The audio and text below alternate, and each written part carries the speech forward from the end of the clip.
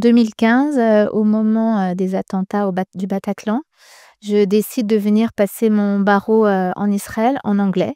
Ça s'appelle Foreign Lawyer at the Israel Bar, donc je viens passer cet examen. C'est pour les avocats étrangers qui fait qu'on doit apprendre toute une base de droit israélien, civil, militaire, religieux et donc on passe un QCM à Jérusalem, près du barreau, d'Israël. Alors, en fait, l'examen des avocats étrangers est un examen qui permet à ceux qui l'ont passé de donner du conseil juridique en droit français uniquement en Israël. Et nous, aujourd'hui, ce qu'on s'est dit, c'est qu'on est plusieurs à l'avoir passé. Chacun dans notre spécialité, on peut se fédérer de manière à avoir un club qui regroupe des avocats français et israéliens avec des activités complémentaires. Elles sont trois, elles sont avocates et nous avons le plaisir de les accueillir parce qu'elles ont lancé une initiative incroyable. Ça s'appelle Club Oz Lawyer pour faciliter, en tout cas pour donner la possibilité à des avocats français de travailler en Israël sur certaines conditions, évidemment. Bonjour à toutes les trois, bienvenue. Bonjour. Alors, bravo pour cette initiative parce que franchement, c'est pas commun. Ça, c'est moins qu'on puisse dire. Donc, on va commencer avec vous, Julie Daniel. Bonjour, vous êtes avocate spécialisée dans le droit international des personnes et des biens. Vous êtes avocate depuis 30 ans, diplômée en France et en Israël. Oui. Du barreau israélien. Voilà, enchantée. Alors effectivement, moi j'ai fait mon alia quand j'avais 24 ans, donc il y a 30 ans. Je parlais pas hébreu, j'ai appris l'hébreu comme tout nouvel olé qui arrive en Israël. J'ai été intégrée à l'université de Jérusalem en Toar Sheni en Mishpatim, donc en droit. Ensuite, j'ai passé mes équivalences avec tous les Israéliens. J'ai passé mon stage dans un cabinet uniquement d'avocats israéliens et j'ai passé l'examen du barreau. Donc, vous connaissez bien, on va dire, les deux cultures. Voilà, je connais bien les deux cultures juridiques. Comme vous, voilà, je suis à l'origine française, mais depuis mon arrivée, je pratique en droit israélien. Et vous gardez un lien avec la France. Je garde un lien avec la France et tous les dossiers dans lesquels je travaille, finalement, je me suis rendu compte que le droit israélien et le droit français étaient imbriqués dans les dossiers en Israël ou en France. Alors, on va bien sûr détailler vos motivations. Pourquoi vous vous êtes lancé dans ce club? On va dire quelques mots aussi de Vanessa Bovot. Bonjour Vanessa. Bonjour Kate. Alors, vous êtes spécialisée en droit social. Vous êtes aussi, on va dire, très, très impliquée pour tout ce qui est stage pour les jeunes. Voilà, vous essayez de les aider. Vous allez créer une plateforme et vous êtes aussi à l'initiative de ce club. Et puis, Julie Jacob, il y a deux Julie. Voilà, vous êtes plutôt attirée par tout ce qui est, on va dire, high-tech en Israël, Startup Nation, puisque vous êtes spécialiste en droit des technologies, voilà, transformation digitale, c'est important de le préciser. Alors, comment est né ce désir de permettre aux avocats français, sous certaines conditions, je le répète, de venir travailler en Israël? Comment ça a démarré? Alors, je crois qu'on peut dire que tout a commencé en 2019. Moi, à l'époque, je suis avocat en droit social à Paris. Et j'interviens en droit du travail et en droit de la sécurité sociale. Et à ce moment-là, je m'occupe d'une association qui est le Rassemblement des avocats juifs de France. Et le bâtonnier de Paris décide de faire un voyage en Israël avec une délégation. Et donc, je suis conviée à la délégation. Et c'est à cette occasion, lors de la première soirée de la délégation en Israël à Tel Aviv, que je fais la connaissance de Julie Danet, que je ne connais pas. Et en fait, j'avais l'habitude de venir en Israël parce que j'ai toujours été impliquée dans la vie avec Israël, de par ma famille, avec mes enfants. Et on est venu très, très souvent, mais on venait toujours pour du tourisme et pas pour des raisons professionnelles. Ça veut dire que le monde, on va dire, du droit israélien, pour vous, c'était complètement une inconnue. Je pense que j'avais même pas réalisé qu'il pouvait y en avoir un, vraiment. Et du coup, je rencontre à cette occasion Julie. Et surtout, on fait un voyage avec la délégation, on rencontre toutes les institutions, on va à la Cour suprême, on va dans les tribunaux, on va à la Knesset et on réfléchit sur le système juridique israélien. Et c'est à partir de ce moment-là et aussi avec les liens d'amitié qui se lient avec Julie que je commence à voir Israël d'une autre manière en me disant mais il y a peut-être un avenir aussi en juridique en Israël. Pour nous qui ne parlons pas l'hébreu.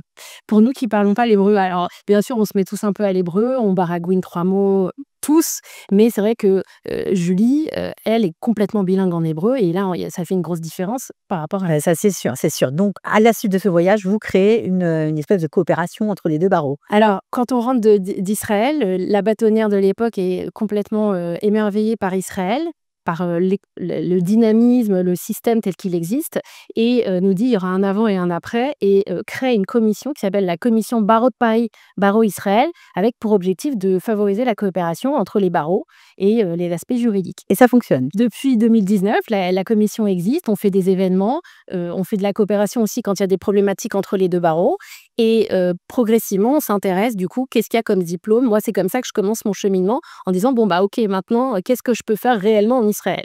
Et c'est là que je fais comme Julie, je passe un diplôme qui est l'avocat étranger au barreau d'Israël. On va vous donner la parole, Julie, parce que vous êtes, on va dire, la doyenne. Vous avez passé ce diplôme-là il y a 10 ans à peu près. Exactement, en 2015, au moment des attentats du Bataclan, je décide de venir passer mon barreau en Israël en anglais.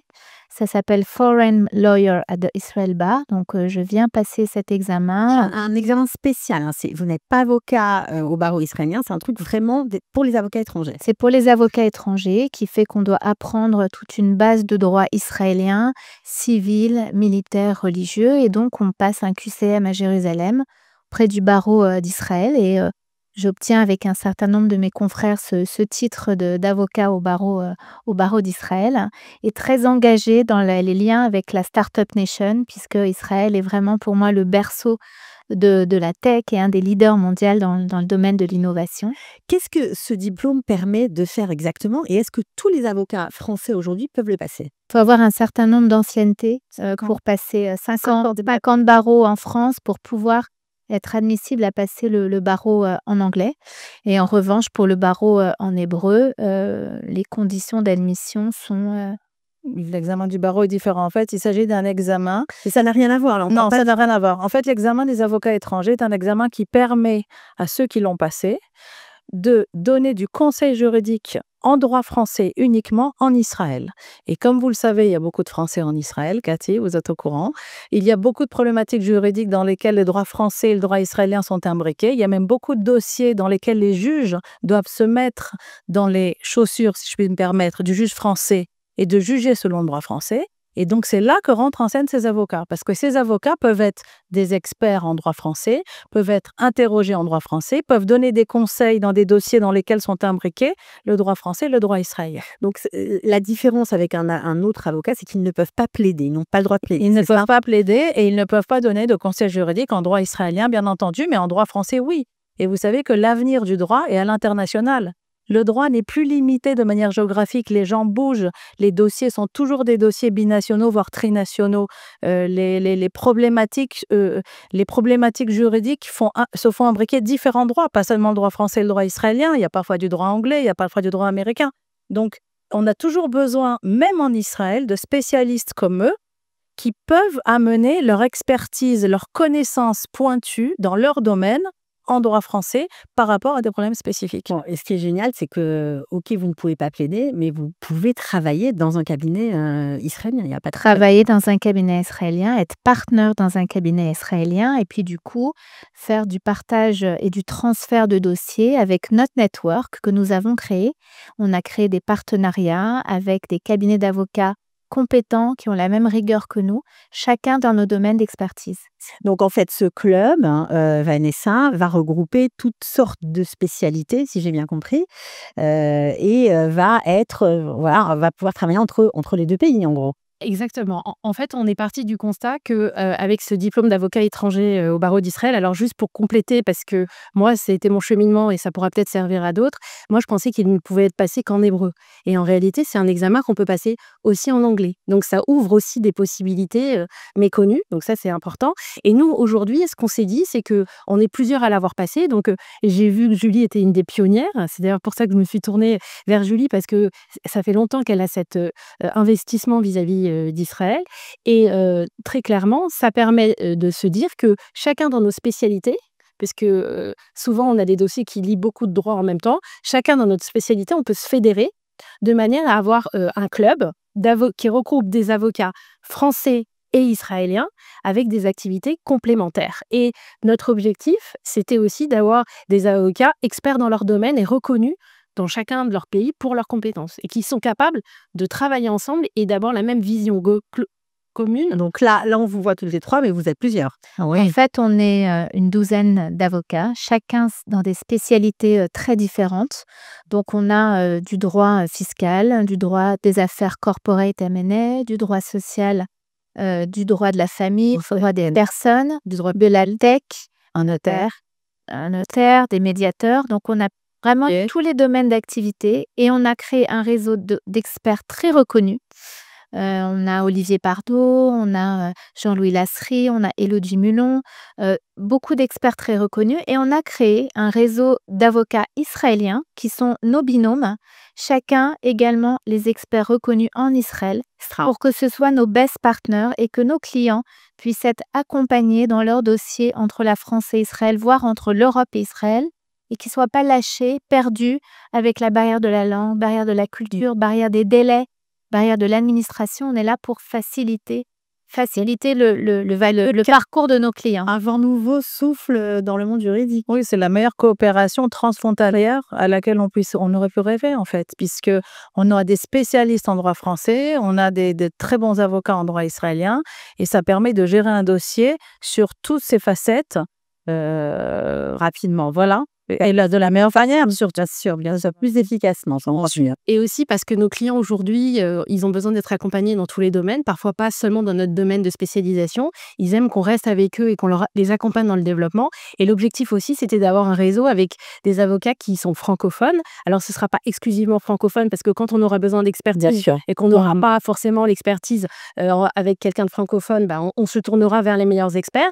Mais ce qu'on essaye de faire, c'est déjà d'avoir un premier niveau qui permet d'avoir une communication facilitée, parce que souvent, il y a une barrière aussi avec la langue. Ouais, donc ça, c'est très important parce que c'est vrai que ça donne un peu d'espoir. J'ai eu l'occasion d'être en contact avec des avocats qui nous disent, nous, on peut rien faire, c'est foutu, quoi. On ne parle pas l'hébreu, c'est pas à 40 ans, à 50 ans qu'on va tout recommencer, c'est trop compliqué. Donc là, ça ouvre quand même une perspective pour tous ceux qui auraient éventuellement envie de tester la vie ici et le travail ici avant de sauter le pas de l'ALIA peut-être, ou même pour continuer à travailler entre les deux pays. C'est vrai, c'est une démarche audacieuse. On a osé, d'où le nom Ose. Parce que Ose veut dire l'audace en hébreu. Et c'est un mot qui nous parle beaucoup, l'audace, d'oser, d'avancer. Et on va tester ce modèle en se disant que ce momentum, au moment où nos otages ont été libérés, où les accords d'Abraham ont vraiment toute l'attitude pour se développer davantage, que le business, le développement transfrontalier soient un des éléments, des facteurs de la paix. Évidemment, j'imagine que vous serez tout à fait à l'écoute et joignable pour ceux qui ont envie d'en savoir un peu plus. Si on veut vous contacter pour avoir des infos sur cet examen, savoir comment, pourquoi pas intégrer votre club. Et puis aussi, je voudrais dire que tout ça, c'est grâce à la main tendue de Julie Daniel, parce que vous êtes là depuis longtemps, vous avez de l'expérience, et puis vous avez décidé d'aider ceux qui ont envie de venir. J'ai décidé d'aider et je pense que ça va être utile pour les dossiers qui se trouvent ici, parce que la présence du droit français dans les tribunaux israéliens est de plus en plus importante. Donc, ouvert j'ai ouvert mon cabinet qui est à Tel Aviv. Bien sûr, ils viennent, ils travaillent à mon cabinet, ils reçoivent leurs clients à mon cabinet, ils sont accompagnés par les avocats de mon cabinet s'il faut, en hébreu, etc. Tout est totalement bilingue, tous les rendez-vous avec les clients sont totalement bilingues. Si on prend un avocat israélien dans un domaine spécifique, il y aura toujours quelqu'un qui sera là pour traduire en français, pour expliquer. Et c'est la meilleure coopération à laquelle on puisse rêver entre la France et Israël. Et on peut même rajouter qu'on voulait être aussi à proximité de nos clients, qu'on puisse les recevoir et à Paris et à Tel Aviv. Julie vient aussi régulièrement. Dans le cadre de la commission aussi. Elle vient chez vous quand je suis représentant. Elle a on peut aussi compléter sur le fait qu'on a eu aussi un excellent accueil du barreau israélien, avec qui on entretient des relations du coup depuis 2019 de manière très proche. On les tient informés de l'évolution du club. D'ailleurs, ils traîner. Voilà, ils voient ça d'un très très bon œil. Ils disent qu'au contraire, le barreau israélien est notre barreau, c'est-à-dire qu'en tant qu'avocat étranger, on fait partie du barreau israélien et ils sont prêts à nous aider, à nous accompagner. Et ce qu'on va essayer de faire aussi, c'est que nous, on a une expérience et on va essayer de faciliter avec un objectif, c'est de fédérer des avocats qui vont tous dans le même sens. C'est quoi la phrase que tu aimes bien? Ensemble, tout seul, Non, seul on va vite, ensemble on va loin. C'est vrai, hein, c'est beau, c'est mon adage. Ils sont déjà israéliens, enfin vous êtes déjà israéliens pour moi. On crée des ponts qui existaient déjà, mais on les élargit. Bon, en tout cas, moi je voulais vous dire bravo, franchement, parce que Merci c'est Cathy. une initiation importante qui va sûrement donner de l'espoir à voilà, plein d'avocats qui ont envie de venir ici, mais qui ne savent pas trop par où commencer. Alors là, déjà, voilà, c'est la première marche. Bon, rien Pourquoi pas. Je voulais aussi dire, moi aussi, je suis très sollicitée par les jeunes qui m'interrogent beaucoup parce que c'est vrai que comme j'ai cette activité où j'ai toujours été à proximité des jeunes et dans les aider dans le développement, ils se posent aussi beaucoup de questions. Et donc aussi, on aura l'occasion de pouvoir aussi montrer un chemin pour les jeunes et la génération qui arrive aussi sur le marché, de dire, voilà, il y a peut-être un avenir possible. Oui, et puis ça peut permettre voilà, de commencer à travailler et puis d'apprendre l'hébreu Bien au sûr. fur et à mesure et ensuite de tenter, pourquoi pas, le barreau hispanien. Donc il y a plein de possibilités. Et je voudrais juste rajouter aussi qu'il faut savoir que le but, évidemment, d'accompagner les francophones, mais le but est aussi d'accompagner les Israéliens qui ont une problématique juridique avec du droit français. Et il y a, Bien sûr. et il y a vraiment aussi beaucoup de gens comme ça. Mais c'est évident. Là, parce que ça Il y a du travail pour le droit français en Israël, c'est certain. Voilà, on va finir sur cette note très optimiste. En tout cas, merci beaucoup Vanessa Bobot, Julie Jacob et Julie Daniel. On vous souhaite bonne chance avec votre club. On espère que voilà, vous tendrez la main à de nombreux avocats français. À bientôt. Bien sûr, merci.